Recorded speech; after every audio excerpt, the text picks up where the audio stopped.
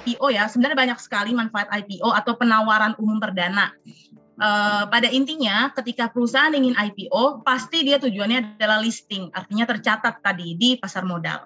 Seperti itu. Secara garis besar, tujuan dari IPO adalah memaksa perseroan untuk menerapkan manajemen yang lebih profesional. Nah, karena manajemennya menjadi profesional, maka dia bisa mendapatkan berbagai macam keuntungan. Ada dua jadi tujuan. Yang pertama, memaksa perusahaan untuk memiliki manajemen yang lebih profesional, sehingga dia bisa mendapatkan kepercayaan yang lebih dari industri perbankan dan juga lembaga keuangan bukan bank, dan juga mendapatkan exposure yang baik dari masyarakat. Yang kedua adalah dia mendapatkan pendanaan yang sifatnya jangka panjang atau dana segar yang mudah didapatkan dalam jangka panjang. Nanti di bawah kita akan lihat ya perbandingan masing-masing pendanaan. Secara garis besar itu. Nah, tadi meningkatkan kinerja kenapa? Ya karena pasar modal ini adalah high regulation gitu. Jadi dia benar-benar diatur sedemikian rupa oleh OJK, sangat ketat, segalanya diatur, makanya otomatis meningkatkan kinerja. Salah sedikit, OJK langsung masuk untuk mendisiplinkan perusahaan-perusahaan tersebut. Kenapa jadi penting OJK untuk masuk? Karena ada uang publik atau masyarakat yang turut menjadi pemegang saham dalam perusahaan publik.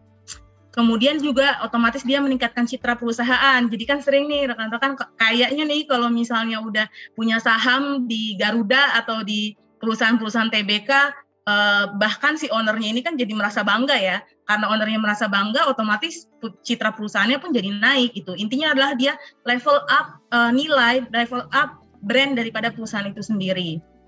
Kemudian juga ada insentif pajak bagi PT TBK dengan kondisi-kondisi tertentu, dan yang terakhir ini adalah menjaga keharmonisan perusahaan keluarga. Ini dalam kaitannya supaya perusahaan ini bisa berjalan lebih panjang. Kenapa? Karena biasanya kalau perusahaan yang dijalankan oleh perusahaan keluarga itu manajemennya kurang atau tidak profesional, didasarkan oleh pertimbangan pribadi dan subjektif dari para pemegang saham. Sedangkan kalau seandainya dalam suatu perusahaan itu sudah ada pemegang saham publik, tadi yang seperti saya sebutkan, OJK masuk di situ untuk memastikan bahwa ada peraturan dan aturan main yang bisa melindungi kepentingan publik.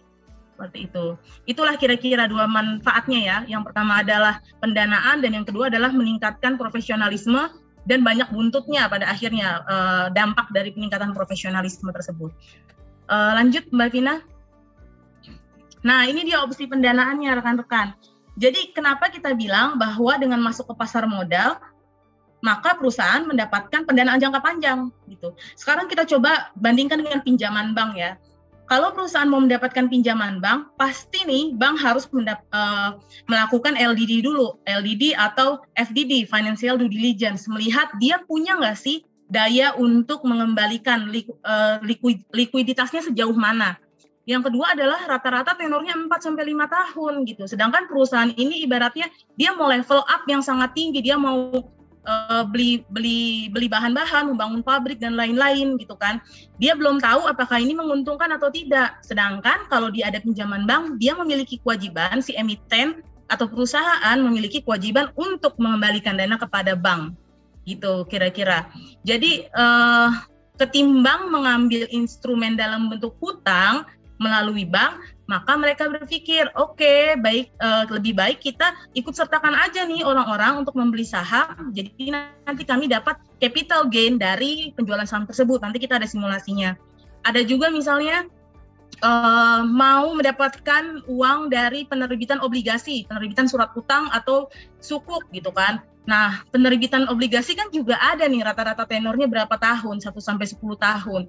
Kemudian si perusahaan juga harus membayar yang namanya bunga, dan apabila perusahaan rugi dia tetap harus membayar juga kepada para pembeli obligasinya tersebut. Nah, karena ini dilihat tidak niche ya, tidak oke, maka akhirnya oke lah kalau gitu kita lebih baik pendanaannya via IPO atau penawaran umum perdana, menjual saham kepada publik dengan mekanisme yang ditentukan dalam peraturan perundang-undangan. Lanjut Mbak. Nah, ini sekilas aja sih sebenarnya manfaat penerbitan saham atau bagi PT TBK ya, akan ada tax benefit untuk si emitennya atau si perusahaannya dan juga ada tax benefit untuk si foundernya. Jadi kalau misalnya perusahaan biasa tarifnya 25%, makanya jadi 22%. Tapi ini perlu dicek lagi ya, karena terakhir kita ada undang-undang harmonisasi perpajakan. Namun kira-kira berkurang 2-3% lah untuk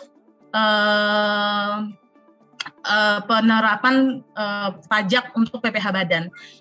Dan juga untuk foundernya terkait dengan PPh dari saham, PPh dari dividen.